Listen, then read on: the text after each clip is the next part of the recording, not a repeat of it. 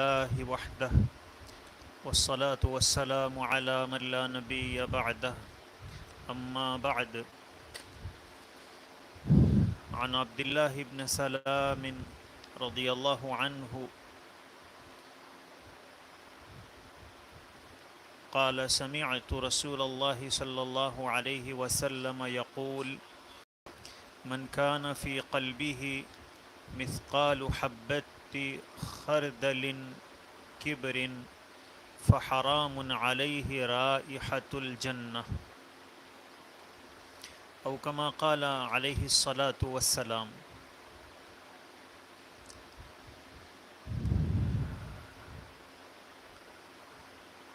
اللہ تبارک و تعالی نے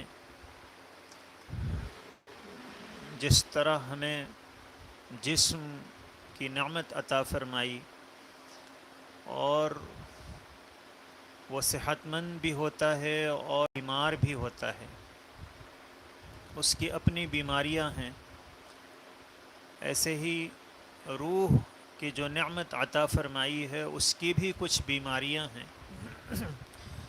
ان میں سے ایک بیماری جو بہت ہی مہلک ہے، بلکہ علماء نے اس کو سب سے مہلک بیماری قرار دیا ہے، اور وہ ہے تکبر۔ حضرت عبداللہ بن مسعود رضی اللہ عنہ سے روایت ہے، اور وہ نبی کریم صلی اللہ علیہ وسلم سے روایت فرماتے ہیں کہ آپ علیہ الصلاۃ والسلام نے فرمایا لا يدخل الجنت، وہ جنت میں داخل نہیں ہوگا، من کان فی قلبہ مثقال ذرۃ من کبر، جس کے دل میں ذرہ برابر بھی تکبر ہوگا۔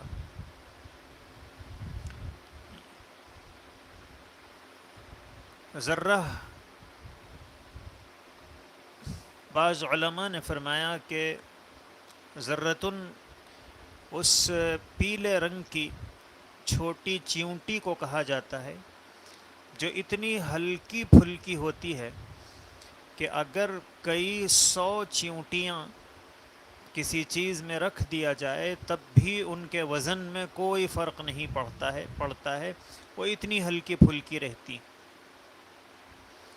تو اللہ کے رسول صلی اللہ علیہ وسلم نے فرمایا کہ جو بالکل بے وزن چیونٹی ہے اس کے برابر بھی تکبر اگر کسی کے دل میں ہوگا، اتنا ذرا سا جس کا وزن بھی نہیں ہوتا ہے، تب بھی وہ جنت میں داخل نہیں ہو سکتا ہے۔ ایسے ہی ذرہ کہتے ہیں گھر میں کھڑکی اگر کھلی ہو یا کھڑکی کے سان میں سے دھوپ کی جب شعاعیں اندر آتی ہیں تو ان شعاعوں میں جو چھوٹے چھوٹے ذرات محسوس ہوتے ہیں دھوپ میں، اس کو ذرہ کہتے ہیں۔ ایسے ہی علماء فرماتے ہیں کہ ذرہ آئٹم کو کہتے ہیں، اور حضرت شیخ فرماتے ہیں کہ یہ آئٹمی بیماری ہے۔ جیسے آئٹمی جنگی ہتھیار ہوتے ہیں تو بہت تباہی پھیلاتے ہیں، دنیا اس سے ڈرتی ہے، اسی طرح یہ جو بیماری ہے یہ سارے کیے کرائے پر پانی پھیر دیتی ہے۔ فقال رجل، تو ایک صاحب نے عرض کیا کہ اے اللہ کے رسول صلی اللہ علیہ وسلم، ان الرجل يحب ان يكون ثوبه حسنا ونعله حسنا، کہ ایک آدمی اس کو پسند کرتا ہے کہ اس کے کپڑے اچھے ہوں، اس کے جوتے بہتر ہوں، تو کیا یہ بھی تکبر ہے؟ قال ان اللہ جمیل يحب الجمال، اللہ کے نبی صلی اللہ علیہ وسلم نے فرمایا کہ اللہ تعالی خوبصورت ہیں اور خوبصورتی کو پسند فرماتے ہیں۔ حضرت شاہ انور شاہ کشمیر رحمۃ اللہ علیہ نے جمال کا ترجمہ کیا ہے ٹھیک ٹھاک، کہ آدمی کا اپنی حالت کو درست رکھنا، ایسا نہ ہو کہ ظاہری حالت کو دیکھ کر کسی کو نفرت اور کسی کے دل میں کدورت پیدا ہو کہ ایک پینچا اونچا ہے، ایک نیچے ہے، ایک آستین چوڑا ہے، ایک تنگ ہے، ٹوپی پھٹی ہوئی ہے، کپڑے میلے کچیلے ہیں، بال بکھرے ہوئے ہیں، یہ حالت نہ ہو، بلکہ ان اللہ جمیل یحب الجمال، اللہ تعالی جمیل ہیں اور ٹھیک ٹھاک رہنے کو پسند فرماتے ہیں۔ آدمی کا لباس چاہے معمولی ہو لیکن صاف ستھرا ہو، حیات ٹھیک ٹھاک ہو۔ حضرت علامہ انور شاہ کشمیری فرماتے ہیں کہ ایک ہے ٹھیک ٹھاک اور ایک ہے ٹیپ ٹاپ۔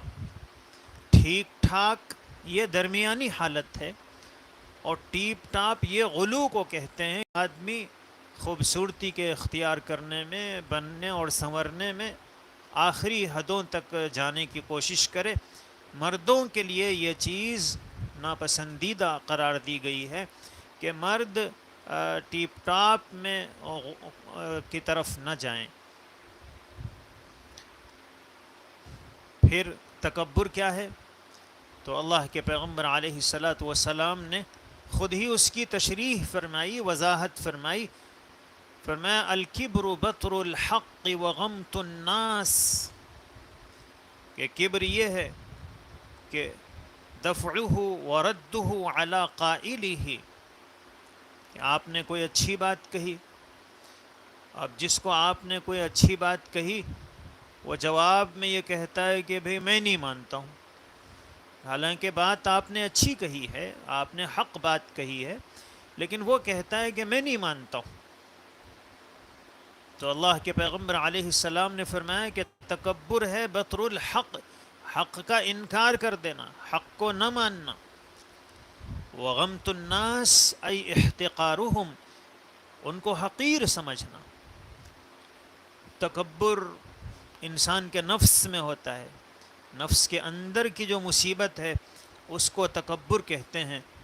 آدمی کہتا ہے ہم چنا دیگرے نیست، کہ میرے جیسا کوئی نہیں ہے، اور دوسرے لفظوں میں اصل میں وہ یہ کہتا ہے کہ ہم چنا ڈنگرے نیست، کہ جیسا ڈنگر میں ہوں ایسا کوئی نہیں ہے۔ یہ جو تکبر ہے، اپنے کو بڑا سمجھنا اور دوسروں کو حقیر سمجھنا، دوسروں کو حقیر سمجھتے ہوئے اپنے کو بڑا سمجھنا۔ دنیا میں اللہ کی سب سے پہلی جو کائنات میں اللہ کی سب سے پہلی جو نافرمانی ہوئی وہ تکبر کی وجہ سے ہوئی۔ اللہ نے آسمانوں پر یہ حکم دیا تھا اسجدوا لآدم، کہ آدم علیہ السلام کے آگے سجدہ کرو، فسجدوا الا ابلیس، تو سارے فرشتوں نے سجدہ کیا سوائے ابلیس کے۔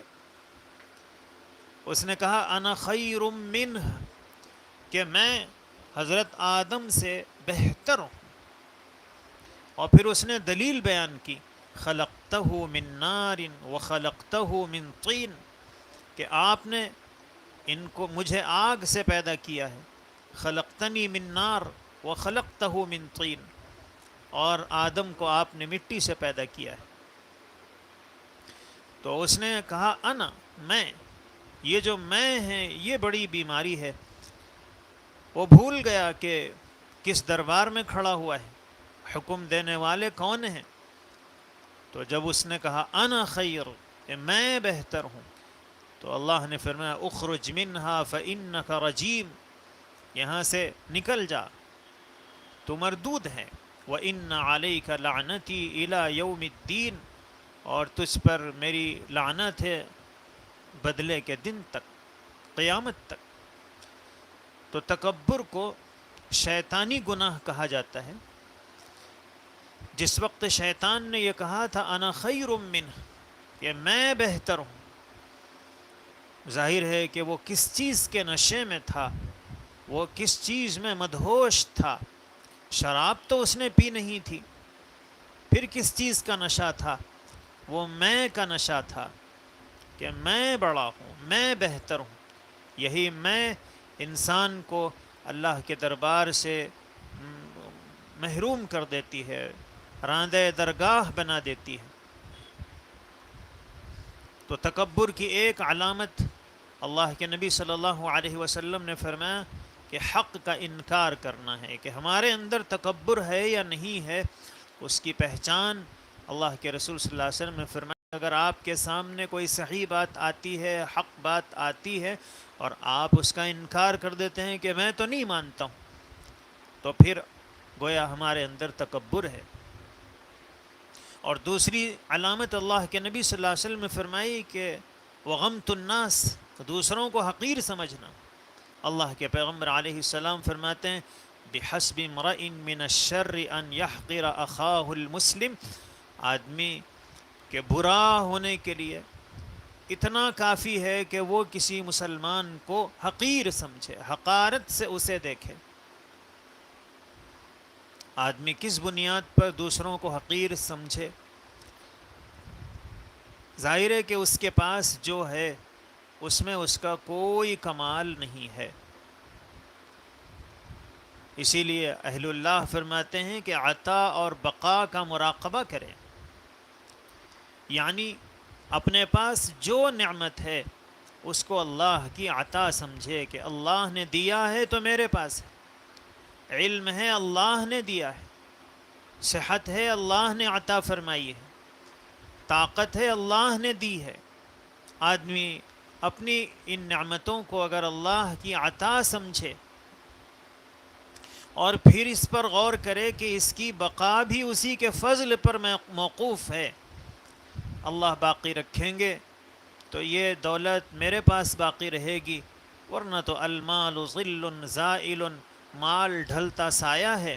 جس طرح سایہ کبھی دیوار کے اس طرف اور کبھی دیوار کے اس طرف رہتا ہے، تو سایہ ایک جگہ ٹکتا نہیں ہے. تو یہ جو مال ہے یہ اللہ نے عطا کیا ہے تو میرے پاس ہے، اور جس دن اللہ تعالی چھین لیں گے تو پھر یہ مال میرے پاس نہیں رہے گا. تو آدمی عطا اور بقا کا مراقبہ کرے، سوچے. ذرا سا دماغ پر اثر آ گیا ساری عقل غائب ہو جاتی ہے اور سارا علم ختم ہو جاتا ہے. کیسا ہی آدمی ہو لوگوں کے لیے کھلونا بن جاتا ہے. اور ہم جس کو حقیر سمجھ رہے ہیں کیا ضروری ہے کہ وہ ہمیشہ ایسا ہی رہے؟ ہو سکتا ہے کہ جو چیز آج ہمارے پاس ہے کل اللہ تعالی ہم سے بہتر اور اچھے انداز میں اس کو یہ چیز عطا فرما دیں اور ہم اس سے محروم ہو جائیں. آدمی تکبر کی وجہ سے، اپنے آپ کو بڑا سمجھنے کی وجہ سے اور دوسروں کو حقیر سمجھنے کی وجہ سے، یہ تکبر آدمی کو بعض مرتبہ ارتداد تک پہنچا دیتا ہے، ایمان سے محروم کر دیتا ہے. چنانچہ طبقات ابن سعد میں لکھا ہوا ہے کہ حضرت عروہ بن زبیر فرماتے ہیں کہ حجۃ الوداع کے موقع پر میدان عرفات میں اللہ کے نبی صلی اللہ علیہ وسلم جب سورج غروب ہو چکا اور حضور مزدلفہ جانے کی تیاری کر چکے اور بالکل روانہ ہونے کے لیے تیار تھے، لیکن اللہ کے پیغمبر علیہ الصلاۃ والسلام انتظار فرما رہے تھے اور ایسا محسوس ہو رہا تھا کہ آپ کسی کے انتظار میں. اللہ کے رسول صلی اللہ علیہ وسلم کے قریب میں یمن کے کچھ سردار قسم کے لوگ تھے، وہ آپس میں گفتگو کرنے لگے کہ ایسا محسوس ہو رہا ہے کہ آپ صلی اللہ علیہ وسلم کسی کے انتظار میں ہیں، لیکن پتہ نہیں کس کا انتظار کر رہے ہیں. یہ لوگ سمجھے کہ کوئی بڑی شخصیت ہیں، کوئی بڑے آدمی ہیں جن کے انتظار میں اللہ کے نبی صلی اللہ علیہ وسلم تشریف فرما ہیں، اور اس لیے کہ سارے لوگ حضور کے انتظار میں ہیں اور اللہ کے نبی صلی اللہ علیہ وسلم کسی شخصیت کے انتظار میں، تو یہ سمجھے کہ کوئی بڑے آدمی ہیں. تھوڑی دیر گزرنے کے بعد ایک سانولے رنگ کے صحابی جن کا بدن بھی دبلا پتلا تھا، اور ہونٹ بھی موٹے تھے اور چہرہ چپٹا تھا، وہ تشریف لائے جن کو اسامہ بن زید رضی اللہ عنہ کہا جاتا ہے۔ یہ اللہ کے پیغمبر علیہ الصلاۃ والسلام کے جو منہ بولے بیٹے تھے حضرت زید ابن حارثہ، ان کے فرزند تھے۔ حضرت زید بہت خوبصورت تھے اور گورے تھے، لیکن ان کی جو اہلیہ تھیں وہ چونکہ کالے رنگ کی تھیں، تو اس لیے ان کے جو بیٹے تھے حضرت اسامہ، وہ بھی ان کے والدہ کے ہم شکل تھے۔ حضرت عروہ بن زبیر کہتے ہیں کہ جیسے ہی حضرت اسامہ بن زید آئے تو اللہ کے پیغمبر علیہ الصلاۃ والسلام کھڑے ہو گئے اور روانہ ہونے کے لیے تیار ہو گئے۔ تو انہوں نے کہا کہ ان کے لیے اللہ کے رسول صلی اللہ علیہ وسلم انتظار کر رہے تھے، بالکل حقارت سے اور کم تر ان کو سمجھتے ہوئے انہوں نے تبصرہ کیا۔ عروہ فرماتے ہیں فَلِذَلِكَ كَفَرَ أَهْلُ الْيَمَنِ مِنْ أَجْلِ ذَا، کہ اسی لیے یمن والوں میں اس کی وجہ سے کفر پیدا ہوا۔ صاحب طبقات ابن سعد کہتے ہیں کہ میں نے اپنے استاذ یزید بن ہارون رحمۃ اللہ علیہ سے، جو بڑے محدث ہیں، پوچھا کہ اس جملے کا کیا مطلب ہے؟ تو انہوں نے فرمایا کہ حضور اکرم صلی اللہ علیہ وسلم کی وفات کے بعد جو ارتداد کا فتنہ پھیلا، بہت سے لوگ مرتد ہو گئے، انہوں نے اسلام کو چھوڑ دیا، ان میں یمن کے اس علاقے کے لوگ بھی مبتلا ہوئے جنہوں نے حقارت سے حجۃ الوداع کے موقع پر یہ تبصرہ کیا تھا۔ تو کسی کو حقیر سمجھنا یہ اتنا سنگین گناہ ہے کہ آدمی اس کی وجہ سے ایمان سے بھی محروم ہو جاتا ہے۔ تاریخ میں ایک واقعہ لکھا ہوا ہے کہ ایک بزرگ تھے شیخ ابو عبداللہ الاندلسی، بڑے محدث تھے، قراءت سبعہ کے ساتھ قرآن کے حافظ تھے۔ ہم لوگ تو صرف ایک قراءت میں قرآن پڑھتے ہیں، قراءت حفص میں، لیکن وہ جو شیخ ابو عبداللہ الاندلسی تھے وہ 7 لہجے میں قرآن کریم کے حافظ تھے، عربی کے بڑے ماہر تھے اور اپنے وقت کے بہت بڑے بزرگ تھے۔ سینکڑوں سالکین اور مریدین اور معتقدین ان کے موجود تھے۔ ایک مرتبہ اپنے مریدین کے ساتھ وہ سفر میں تھے، جا رہے تھے، ایک عیسائیوں کی بستی کے پاس سے گزر رہے تھے۔ کلیساؤں کی عبادت خانوں سے ناقوس کے بجنے کی آواز آ رہی تھی۔ انہوں نے جب ان آوازوں کو سنا تو ان کے دل میں ان کی حقارت پیدا ہوئی کہ کیسے لوگ ہیں جن کو یہ بھی پتہ نہیں ہے کہ اللہ ایک ہیں اور 3 نہیں ہیں، اور یہ کیسے لوگ ہیں کہ اس طرح بالکل بیکار قسم کے مشغلوں میں اور عبادت کے نام پر تماشے یہ کر رہے ہیں۔ حقارت ان کے دل میں آئی، اور ہم ہیں کہ ماشاء اللہ ایمان سے متصف ہیں اور صحیح اعمال سے جڑے ہوئے ہیں۔ وہاں انہوں نے دیکھا کہ ان عیسائیوں کے خنزیر چر رہے ہیں، تو ان کے دل میں تحقیر آئی کہ کیسے جانور کو یہ اپنے قریب رکھتے ہیں۔ آگے بڑھے، کہتے ہیں کہ اسی وقت میں نے ایک آواز سنی کہ تمہیں جو کچھ ملا ہے وہ تو ہمارے عطا کرنے سے ملا ہے۔ بہرحال بستی سے گزر رہے تھے، کچھ دور آگے جانے کے بعد انہوں نے دیکھا کہ بستی کا جو سردار تھا اس کی نوجوان لڑکی اپنی سہیلیوں کے ساتھ پانی بھرنے کے لیے کنویں پر جا رہی تھی۔ جیسے ہی ان کی نظر پڑی تو ان کا دل اس پر آ گیا اور یہ اس کی محبت میں گرفتار ہو گئے، اور پھر وہیں کھڑے ہو گئے۔ لوگ بہت انتظار کرتے رہے، بہت دیر ہوئی کہ شیخ کھڑے ہوئے ہیں، اور اس کے بعد انہوں نے کہا کہ بھی آپ لوگ جا سکتے ہیں۔ انہوں نے فوراً اس سردار کو نکاح کا پیغام بھیجا کہ میں آپ کی لڑکی سے نکاح کرنا چاہتا ہوں، تو وہ جو عیسائی سردار تھا اس نے کہا کہ مجھے آپ کی پیشکش منظور ہے، لیکن چند شرطیں ہیں۔ ایک شرط یہ ہے کہ آپ کو یہاں ایک مدت تک رہنا پڑے گا، اور دوسری شرط یہ ہے کہ آپ کو ہمارا دین اختیار کرنا پڑے گا، اور تیسری شرط یہ ہے کہ اتنی مدت تک آپ کو میرے خنزیر چرانے ہوں گے۔ شیخ نے اپنے متعلقین سے کہا کہ آپ لوگ جا سکتے ہیں، میں تو یہیں کا ہو کر رہ گیا ہوں، مجھے یہیں رہنا ہے۔ بہرحال معتقدین پر بڑا اثر پڑا اور وہ روتے ہوئے وہاں سے رخصت ہو گئے، اور اپنے شیخ کے لیے مسلسل دعائیں کرتے رہے۔ کچھ مدت گزرنے کے بعد انہوں نے سوچا کہ خیریت دریافت کریں۔ جب اس بستی میں پہنچے اور جنگل میں، تو دیکھا کہ حضرت شیخ ابو عبداللہ الاندلسی کے سر پر نصارہ کی ٹوپی ہے اور کمر پر زنار ہے، اور اس عصا پر ٹیک لگا کر کھڑے ہوئے ہیں اور خنزیروں کو چرا رہے ہیں، جس کا سہارا لے کر وہ کبھی خطبہ دیا کرتے تھے اور اپنے متعلقین کی تربیت کیا کرتے تھے۔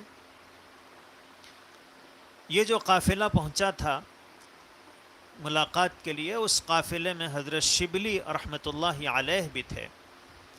حضرت شبلی نے شیخ سے کچھ سوالات کیے اور فرمایا کہ آپ ماشاءاللہ قرأت سبعہ کے ساتھ آپ قرآن کریم کے حافظ تھے، اب کوئی قرآن کا حصہ یاد ہے؟ تو شیخ نے کہا کہ صرف 2 آیتیں یاد ہیں اور باقی کوئی آیت مجھے اس وقت یاد نہیں۔ پہلی آیت وَمَن يُهِنِ اللَّهُ فَمَا لَهُ مِن مُكْرِمٍ، کہ اللہ جس کو ذلیل کر دیں اسے کوئی عزت دینے والا نہیں ہے۔ اور دوسری آیت وَمَن يَتَبَدَّلِ الْكُفْرَ بِالْإِيمَانِ فَقَدْ ضَلَّ سَوَاءَ السَّبِيلِ، کہ جس نے ایمان کے بدلے کفر کو اختیار کیا تو وہ گمراہی کے راستے پر پڑ گیا، وہ سیدھے راستے سے گمراہی میں جا پڑا۔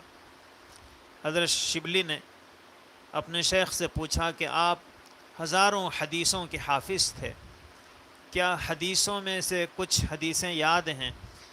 تو انہوں نے فرمایا کہ صرف ایک حدیث یاد ہے، من بدل دینہ فاقتلوہ، کہ جو اپنا دین بدل دے اس کو قتل کر دو۔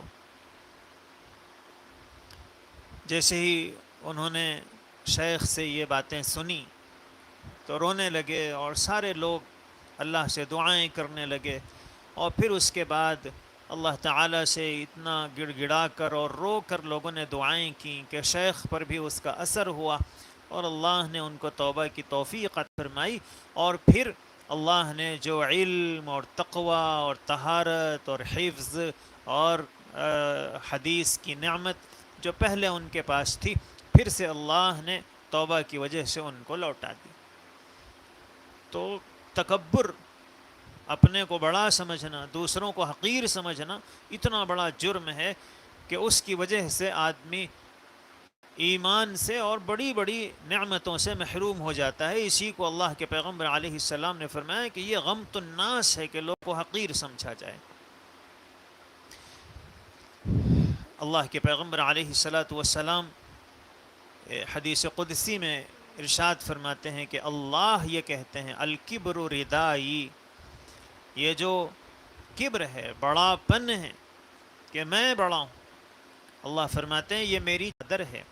ومن نازعنی، اور جو مجھ سے اس کے چھیننے کی کوشش کرے، قسمتہ، تو میں اس کی گردن توڑ دوں گا، کیونکہ اس نے گردن اونچی کی تھی۔ تو پھر اللہ نے بھی جزا من جنس العمل بنایا کہ گردن چونکہ اونچی کی تو اللہ اس کے بدلے میں فرماتے ہیں کہ اس کی گردن کو میں توڑ دوں گا۔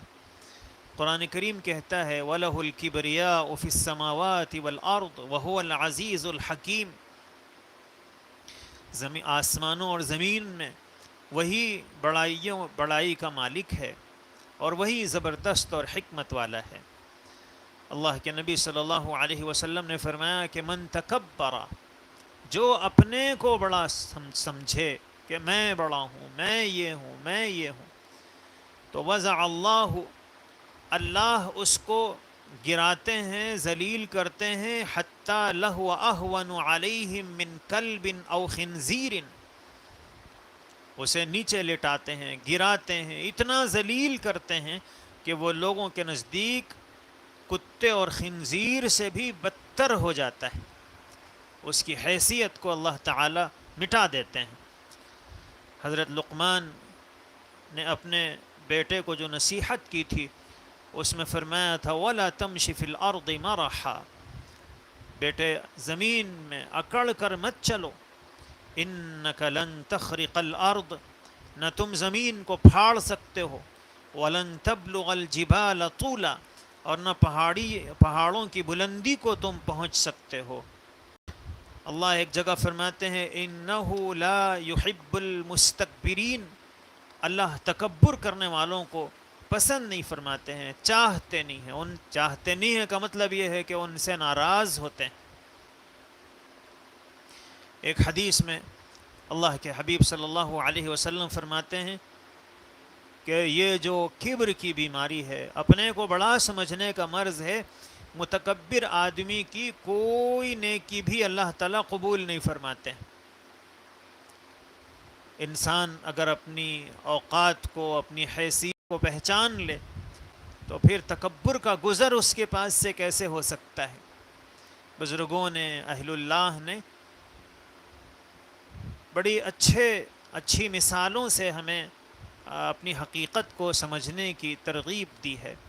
حضرت احمد ابن قیس رحمۃ اللہ علیہ فرماتے ہیں کہ سوچو تو صحیح کہ پیشاب گاہوں کے ملاپ سے پیدا ہونے والا انسان بھلا کیا تکبر کرتا ہے، جس کی پیدائش دو پیشاب کی جگہوں کے ملنے سے ہوئی ہے۔ حضرت حسن رضی اللہ عنہ فرماتے ہیں کہ انسان بھی بھلا کیا تکبر کرے کہ یہ دن میں کئی مرتبہ اپنے ہاتھ سے اپنے نجاست کو اور غلاظت کو صاف کرتا ہے۔ تکبر جو انسان کے اندر پیدا ہوتا ہے، جب پیٹ بھرا ہوا ہو تو آدمی بڑے بول بولتا ہے، اور جب جیب بھرا ہوا ہو تو جملے بدل جاتے ہیں۔ لوگ کہتے ہیں کہ تیرے جیسوں کو تو 100 مرتبہ خرید سکتا ہوں، اور کوئی کہتا ہے ہم بدلتے ہیں رخ ہواؤں کا، آئے دنیا ہمارے ساتھ چلے۔ آدمی خدائی جملے بولنا شروع کر دیتا ہے۔ اللہ کے رسول صلی اللہ علیہ وسلم فرماتے ہیں کہ جو اس دنیا میں ایک حقیر مخلوق اللہ نے اس کو عزت دی تو عزت والا بن گیا، ورنہ اس کی اپنی کوئی حیثیت اور عزت نہیں ہے۔ لیکن جب آدمی اپنے کو بڑا سمجھنا شروع کرتا ہے تو اللہ کے رسول صلی اللہ علیہ وسلم نے فرمایا کہ قیامت میں اللہ چیونٹی جیسا جسم عطا فرمائیں گے ان لوگوں کو جو دنیا میں اپنے کو بڑا سمجھتے ہیں، بہت چیونٹی کی شکل کے ہوں گے، اور میدان محشر میں لوگ ان کو اپنے پاؤں کے نیچے مسل کے چلیں گے۔ انہیں اللہ بتائیں گے تمہاری اوقات کیا ہے، تم اپنے کو بڑا سمجھتے تھے، آج تم لوگوں کے پیروں سے اپنے کو بچا نہیں سکتے ہو۔ تکبر انسان میں جو آتا ہے، آدمی اپنے کو بڑا سمجھتا ہے، تو اس کی کچھ وجوہات ہوتی ہیں، کچھ اسباب ہوتے ہیں جس کی وجہ سے آدمی اپنے کو بڑا سمجھتا ہے، اور یہ بڑائی اسے جنت سے محروم کر دیتی۔ ایک وجہ علم ہے کہ جب آدمی کے اندر علم آتا ہے تو پھر وہ کہتا ہے عارفونی، مجھے پہچانو کہ میں کون ہوں۔ اسی لیے کہا گیا ہے آفت العلم الخیلاء، کہ علم کی جو آفت ہے وہ تکبر ہے، اپنے کو بڑا سمجھنا ہے۔ جب تکبر آتا ہے تو آدمی علم کے نور سے محروم ہو جاتا ہے۔ تاریخ اسلامی میں وہ واقعہ کافی مشہور ہے کہ دو بھائی تھے، اکبر بادشاہ کے زمانے میں، اکبر کے درباریوں میں تھے، ایک کا نام ابو الفضل اور دوسرے کا نام فیضی تھا، اور انہوں نے اللہ نے ان کو ایسی ذہانت اور ایسا علم عطا فرمایا تھا کہ انہوں نے عربی میں بغیر نقطے کی تفسیر لکھی ہے۔ ایک تو قرآن کریم کی تفسیر کا لکھنا یہ خود ہی بہت زیادہ علمی صلاحیتیں چاہتا ہے کہ آدمی کے پاس زبردست صلاحیتیں ہوں تب وہ قرآن کریم کی تفسیر لکھ سکتا ہے۔ تو انہوں نے تفسیر ہی نہیں بلکہ بغیر نقطے کی تفسیر لکھی عربی میں، اور یہ خود ہندوستان کے تھے لیکن عربی زبان میں انہوں نے لکھی، اور ایک لفظ بھی ایسا استعمال نہیں کیا جس میں نقطہ آتا ہو۔ ہم لوگ تو 2 منٹ ایسی گفتگو نہیں کر سکتے ہیں جس میں بغیر نقطے کا کوئی لفظ نہ آ جائے۔ انہوں نے پوری تفسیر لکھی جس کا نام رکھا سواطع الالہام۔ ذہانت اللہ نے ایسی دی تھی کہ جو چھوٹا بھائی تھا فیضی، وہ ایک مرتبہ جب کوئی بات سن لیتا تو اسے فوراً وہ یاد ہو جاتی تھی ہو بہو، اور بڑا بھائی جو ابو الفضل تھا وہ 2 مرتبہ جب کسی بات کو سن لیتا تو اسے وہ اچھی طرح اور ہو بہو یاد ہو جاتی۔ بادشاہ کے دربار میں جب کوئی شاعر آتا اور بادشاہ کی شان میں قصیدہ پڑھتا تو جو چھوٹا بھائی تھا جیسے ہی وہ قصیدہ پڑھ کے فارغ ہوتا اس امید کہ اب انعام ملے گا تو یہ کھڑے ہو کر کہتا کہ بادشاہ سلامت، یہ اشعار تو میرے ہیں، اس نے چوری کر کے سنایا ہے۔ بادشاہ کہتا کہ یہ اشعار آپ کے کیسے ہیں؟ تو فیضی کہتا ہے کہ آپ سن لیجئے، مجھے اچھی طرح یاد ہے۔ اب یہ سنا دیتا۔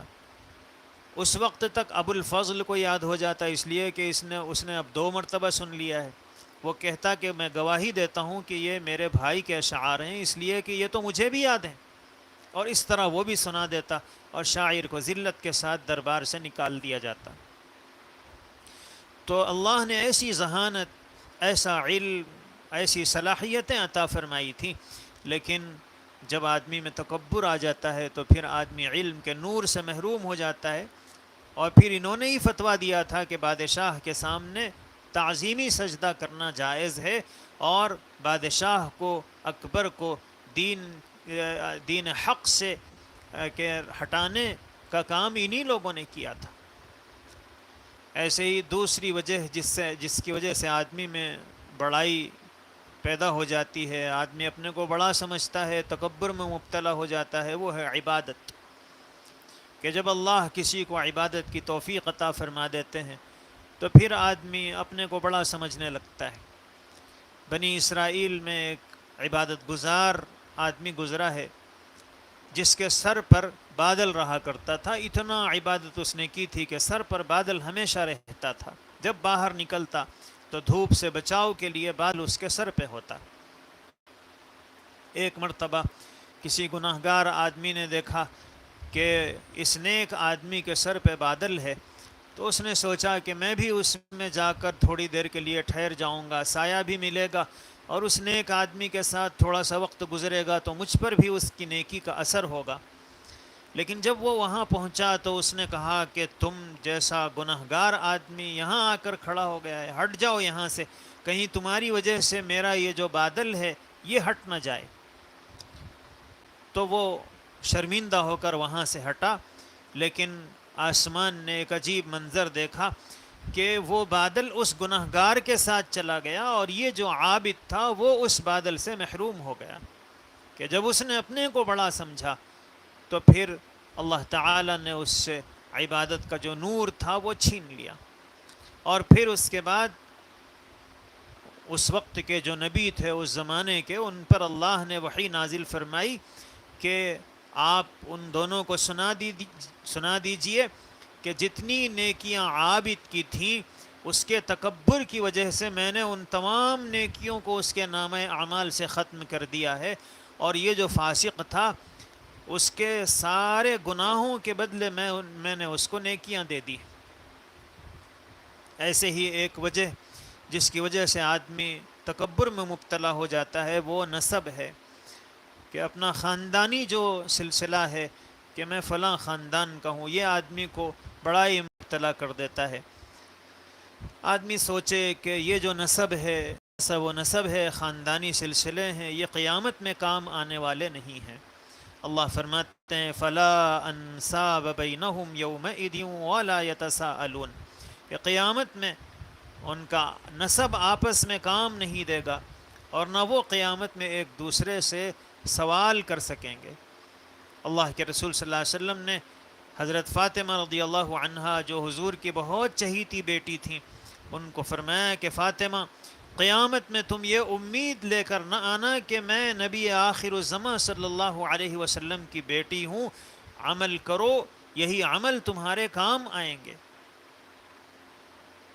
چوتھی وجہ جس کی وجہ سے آدمی تکبر میں مبتلا ہوتا ہے، اپنے کو بڑا سمجھتا ہے، وہ حسن و جمال ہے۔ اسی لیے کسی نے کہا ہے خدا جب حسن دیتا ہے نزاکت آ ہی جاتی ہے۔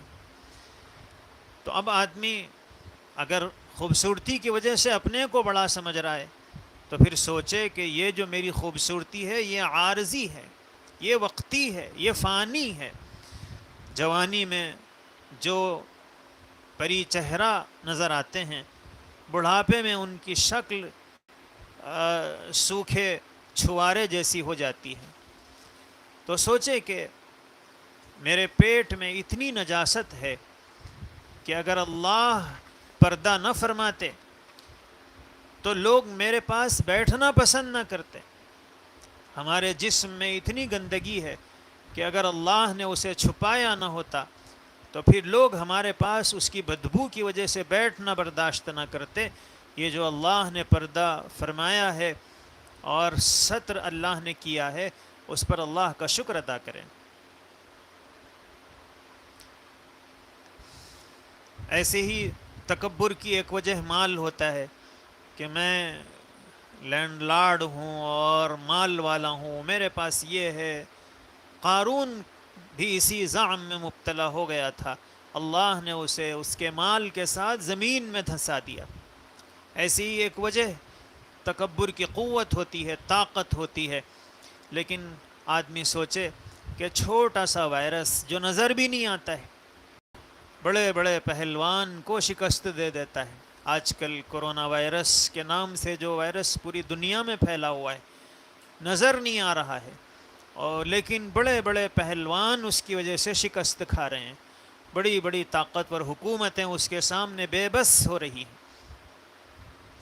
مطرف بن عبداللہ ایک بزرگ تھے، انہوں نے ایک دفعہ محلب جو اپنے وقت کا بڑا پہلوان تھا، اس کو اکڑتے ہوئے چلتے ہوئے دیکھا تو مسکرانے لگے۔ تو اس پہلوان نے کہا کہ آپ کیوں مسکرا رہے ہیں؟ تو انہوں نے فرمایا کہ میں یہ سوچ کر مسکرا رہا ہوں کہ تم شروع میں ایک ناپاک قطرے تھے، اور آخر میں تمہارا انجام یہ ہونے والا ہے کہ تم ایک مردار ہو جاؤ گے، اور درمیان میں تو ہے ہی نجاست کا توبڑا، تم نجاست کا ایک اچھا خاصا حصہ لے کر گھوم پھر رہے ہو۔ پھر فرمایا کہ یہ نہ بھولنا کہ تم روزانہ 1-2 دفعہ اپنے ہاتھ سے نجاست صاف کرتے ہو، پھر کس چیز پر اترا رہے ہو اور کس چیز پر اپنے کو بڑا سمجھ رہے ہو۔ تو یہ جو بڑائی کے بول ہیں کہ انا ولا غیری، کہ میں ہوں اور میرے جیسا کوئی نہیں ہے، یہ بول انسان کو کی ساری نیکیوں کو صاف کرا دیتے ہیں اور آدمی اللہ کی رحمتوں سے محروم ہو جاتا ہے۔ اسی لیے ہمارے جو مشائخین ہیں وہ گفتگو میں کا لفظ استعمال کرنے سے منع کرتے اور روکتے اور کہتے کہ اپنے لیے عاجز کا لفظ استعمال کرو۔ میں یہ ہوں اور میں وہ ہوں مت کہو، اور اپنے لیے عاجز کا لفظ استعمال کرو۔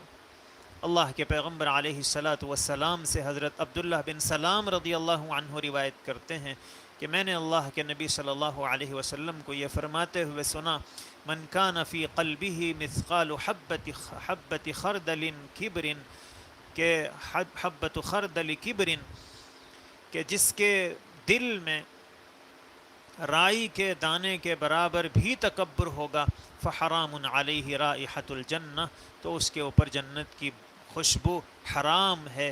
تو یہ بھی ان سنگین جرائم اور گناہوں میں سے ہے جس کی وجہ سے آدمی جنت کی خوشبو سے محروم ہو جاتا ہے۔ اللہ تعالی مجھے، آپ کو اور تمام اہل ایمان کو بڑے بول بولنے سے اور اپنے کو بڑا سمجھنے اور تکبر کے جذبات سے اللہ ہم سب کی حفاظت فرمائیں۔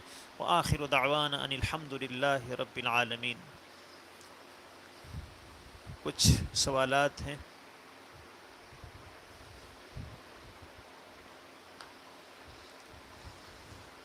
محمد اشفاق صاحب یہ سوال کر رہے ہیں کہ اعتکاف کے لیے 4 دن باقی ہیں، اعتکاف کے موضوع پر کوئی بیان کیا جائے تو بہتر ہے انشاءاللہ۔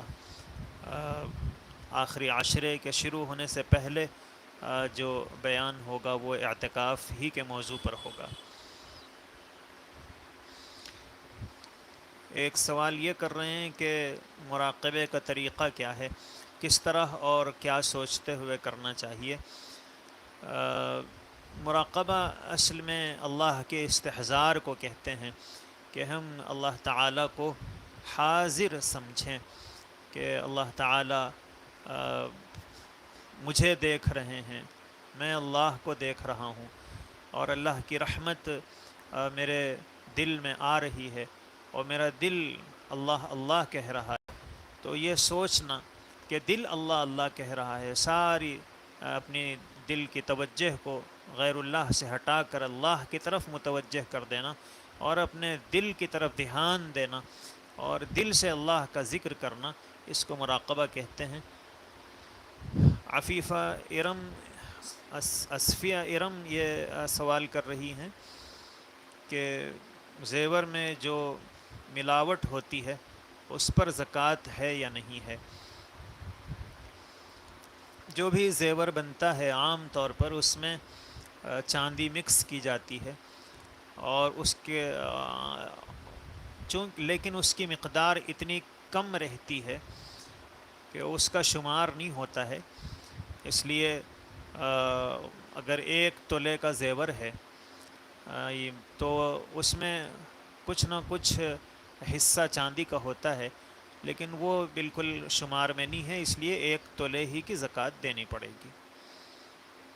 محمد عارف خان یہ سوال کر رہے ہیں کہ تراویح میں قرآن دیکھ کر پڑھ سکتے ہیں یا نہیں؟ اس سوال کا جواب ہم نے اس سے پہلے بھی دیا تھا اور اب پھر دے دیتے ہیں کہ قرآن کریم تراویح میں یا نماز میں دیکھ کر پڑھنا اللہ کے پیغمبر علیہ السلام سے ثابت نہیں ہے۔ اللہ کے رسول صلی اللہ علیہ وسلم نے کبھی نماز میں قرآن دیکھ کر نہیں پڑھا، اور صحابہ کرام میں سے بھی کسی صحابی سے قرآن دیکھ کر پڑھنا ثابت نہیں ہے سوائے حضرت زازان کے۔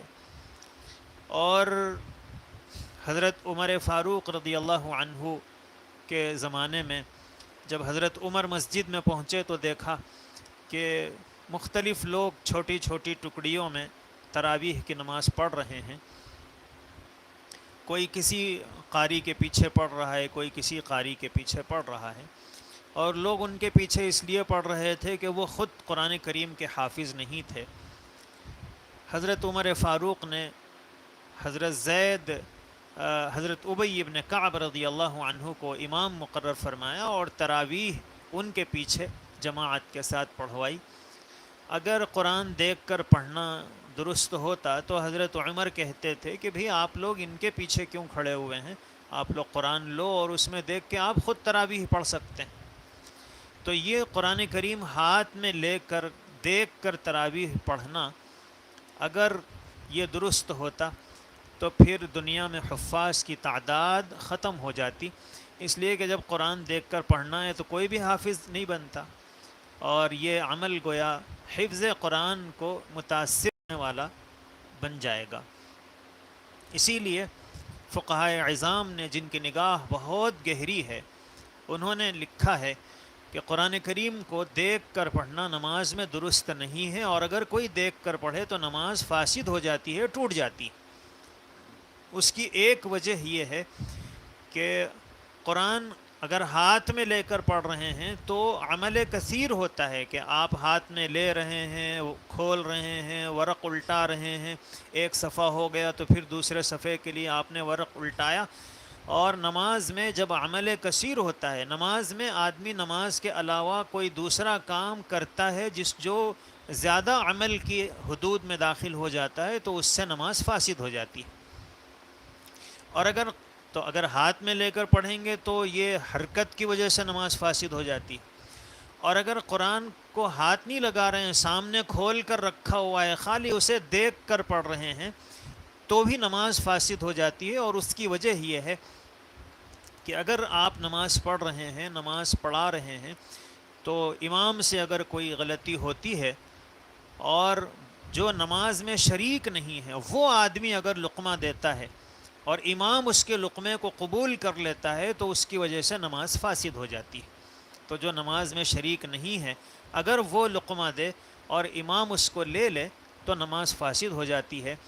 تو یہ جو قرآن سامنے رکھا ہوا ہے اور نماز پڑھنے والا امام وہ اس میں دیکھ دیکھ کر پڑھ رہا ہے، تو وہ گویا نماز میں جو لوگ شریک نہیں ہیں ان سے لقمہ لے کر وہ نماز کو مکمل کر رہا ہے.